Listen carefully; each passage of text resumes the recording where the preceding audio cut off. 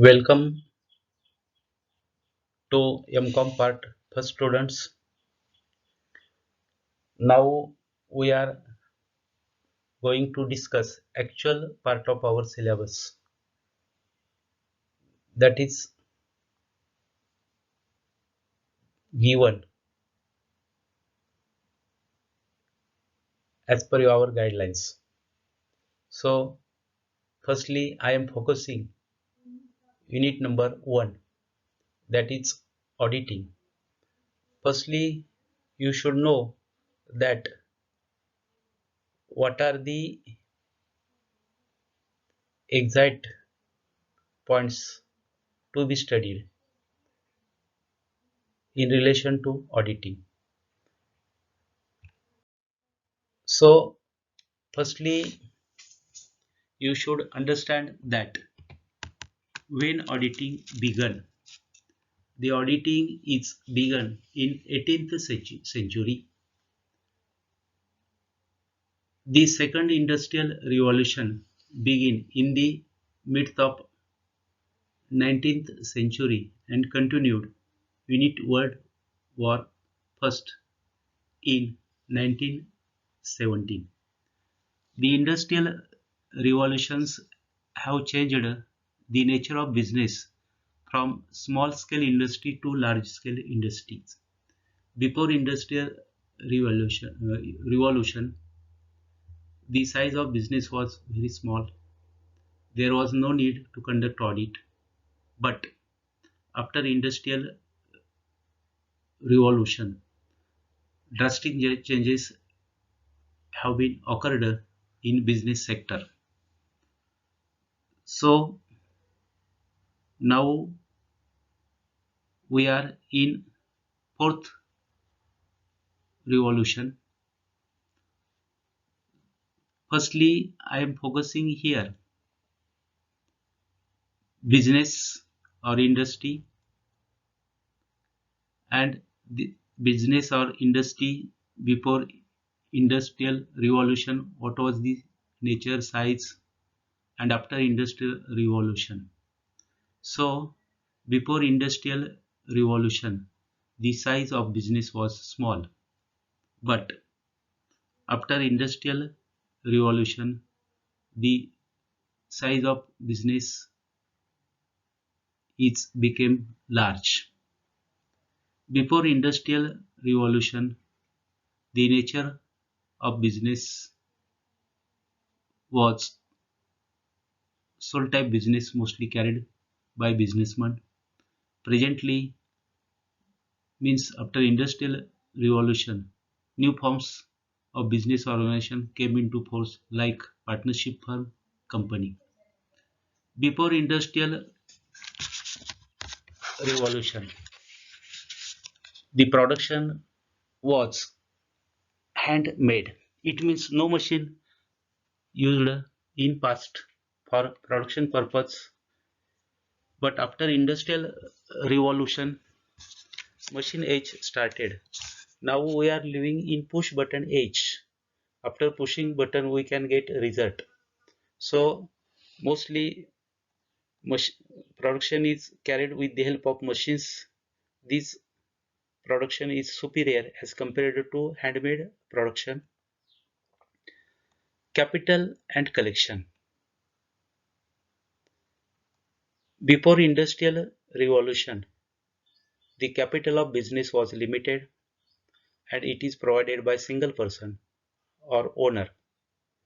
But after industrial revolution, capital is increased. It means capital is the main portion of conducting any kind of business. After industrial revolution, a company form of business is become popular, and instead of providing capital by a single person, number of people number of people are involved in contributing capital for the business. It means that the in case of a company, Capital provider is also known as shareholder. It means that ownership has been divided among many owners. Activities. Before industrial revolution, one person carries all activities concerned with his or her business. Now, more persons are involved or employees are carrying business work. Management.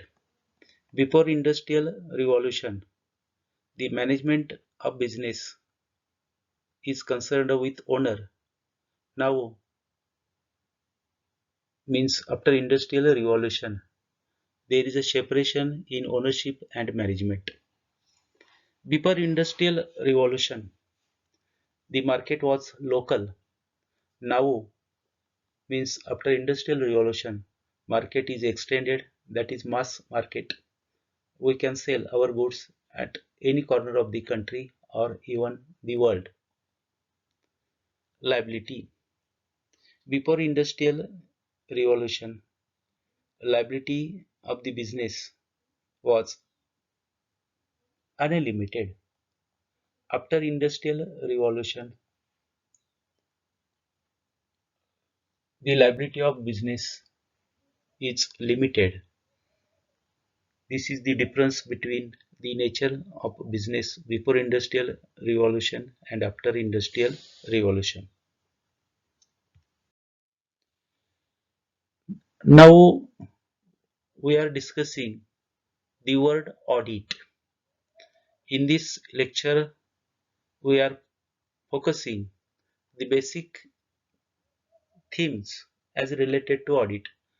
Now, the word audit. What is the history of the word audit? Before industrial revolution, a businessman himself carried business operations activities and records transactions of his or her business. And in that situation, there was no necessity to check the transaction by some other person. It means the whole and soul. Whole and soul means the business proprietor of the business is responsible. There was no need to conduct audit separately before industrial revolution because one man management was there. One man army, we may call it in one man army. It means one person is responsible to the all activities concerned with the business. But after industrial revolution, volume of transactions increased. Therefore, need arises to appoint separate staff for carrying business related activities.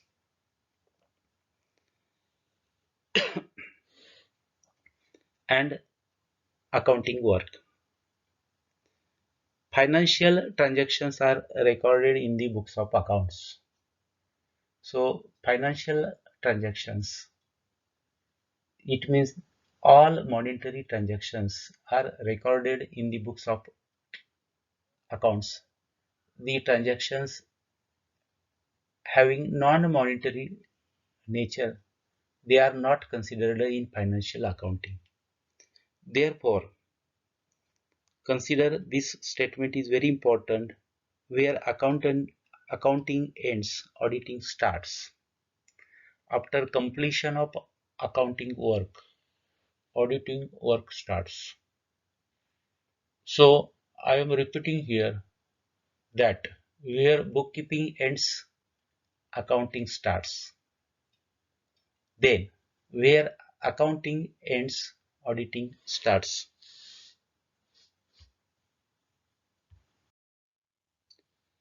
The transactions of public companies. There are two types of companies, public limited companies and private limited companies. In case of public limited companies, capital is contributed by public or people at a large scale. So They are not directly concerned, capital provider is not directly concerned with the business activities. Therefore, there is a separation in ownership and management. So, if owner must know what is the situation of business in which capital invested by them. There were no special staff to check these transactions. Before industrial revolution, one person is responsible, but after industrial revolution, due to changing nature of the business organizations and company form of business organization, there is a need to appoint separate staff for business activities as well as recording financial transaction in the books of accounts. Ordinary judges known as auditor. Judge means the person who is giving his opinion by considering the overall situation. So in case of business, the business transactions recorded by the staff are correct or not, that should be stated by auditor. They hear accounts written by accountants and express their opinion about the correctness of the accounts. The job of auditor is that to give opinion about the financial transactions of the client. The term auditor literally means hearer, that is one who hears the accounts. Previously, hearer is known as auditor, but presently, auditor is a person who is concerned with carrying audit of the enterprise. The word audit is derived from the Latin word audire, which means to hear. Kindly consider that the word audit has been derived from Latin language, and that that is word audire is considered for that purpose. It means that on the basis of Latin language, the word audire taken and that became audit. The person who does the work of examination of books of accounts is called as an auditor. Who is auditor? Auditor is a person who relates with the examination of books of accounts maintained by the client. Meaning and definitions of auditing. Firstly, we got information about that the word audit is derived from Latin word audire. Now, there are auditing is a scientific and systematic examination of books, vouchers, other financial and legal records in order to verify report upon the facts regarding the financial transactions disclosed by balance sheet and profit and loss account. It means that there are two important financial statements. One is profit and loss account and another is balance sheet. These financial statements are made on the basis of financial transactions. And after the preparation of these statements, the auditor has required to give his opinion about the earning capacity of the business concern as well as financial position of the business concern. So firstly, see what is the definition of auditing. That definition is provided by L.R. Dixie. Definition is that a audit is an examination of accounting records undertaken with a view to establishing whether they correctly and completely reflect the transaction to which they relate. In some instance, it may be necessary to ascertain whether the transactions themselves are supported by proper authority. This is the definition given by L.R. Dixie. In this definition, the auditor is concerned with account checking of accounting records. Another definition of auditing is given by R.B. Bose. See what is the definition. Audit may be said to be verification of accuracy and correctness. Verification is considered in auditing, especially in relation to accuracy and correctness of the books of accounts by independent persons qualified for the job and not connected with the preparation of such accounts. This is the definition provided by R.B. Bose. On the basis of this definition, we may say that a qualified person is required for conducting audit of the financial transactions. Another important definition which is provided by Comptroller and Auditor General of India. This is very important definition. Audit is an instrument of financial control. It acts as safeguard on behalf of proprietors, agents or servants in realization and utilization of money or other assets. It also assures the proprietor that the expenditure and outgoing have been incurred with due regularity and propriety. The agency employed for this purpose is called as an auditor. Here two things are given. One is that the auditor is a third person. Auditor we may call it agency which is appointed for carrying audit of business concern. In that audit, the auditor should see that how the interest of owners or proprietor is protected. Therefore, audit is an instrument for financial control. From these definitions, it is clear that by considering these three definitions, we may conclude what exactly involved in auditing. Audit is a systematic examination of books of accounts, vouchers, documents, and financial and legal records. In auditing, the auditor has required to see that all financial transactions have been supported by proper evidence. It means no evidence, no recording. It means that auditor should see that the documentary support of every transaction in his or her audit work. The audit work is different from accounts work. A person who is concerned with account writing is called as accountant, but a person who is conducting audit is called as auditor. It means there is a separation of work between accounting and auditing. Auditing is an instrument of financial control. It is an instrument of financial control. Auditing acts as a safeguard on behalf of the proprietors. It works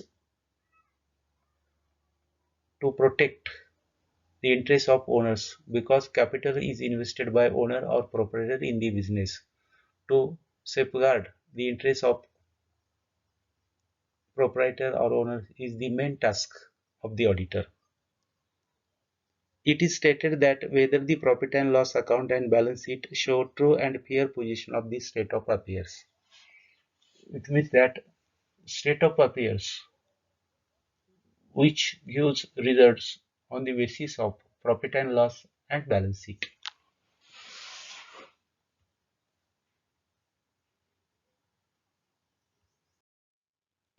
Nature of auditing. Firstly, we see that what is meant by auditing. Now we are concerned with nature of auditing. In nature, we may consider where accountancy ends, auditing starts.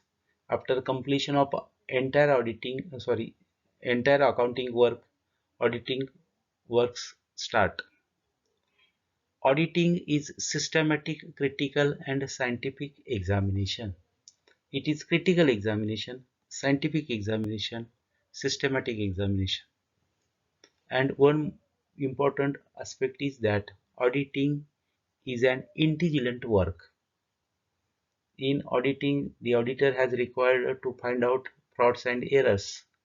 So, errors and frauds can be found by conducting audit by intelligent way.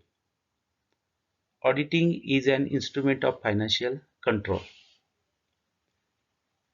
Audit is essential for profit-making organization as well as non-profit making organization. There are two types of organization. One type is profit-making organization. It is very essential, very important to conduct audit of profit-making organization. In addition, non-profit making organizations have also required audit for its betterment. The audit is carried out by an independent person who is not connected with writing of books of accounts. A person who is connected with writing books of accounts may not be appointed as auditor of the concern. So, auditing is carried out to protect the interests of proprietors. This is very important statement. The auditor has also required us to submit report of work done by him to the proprietor or appointing agency. Auditing is the process of checking, vouching and verification. It is a process. Auditing is a process. It involves three important stages. One is checking the records. Another is vouching, and last one is verification.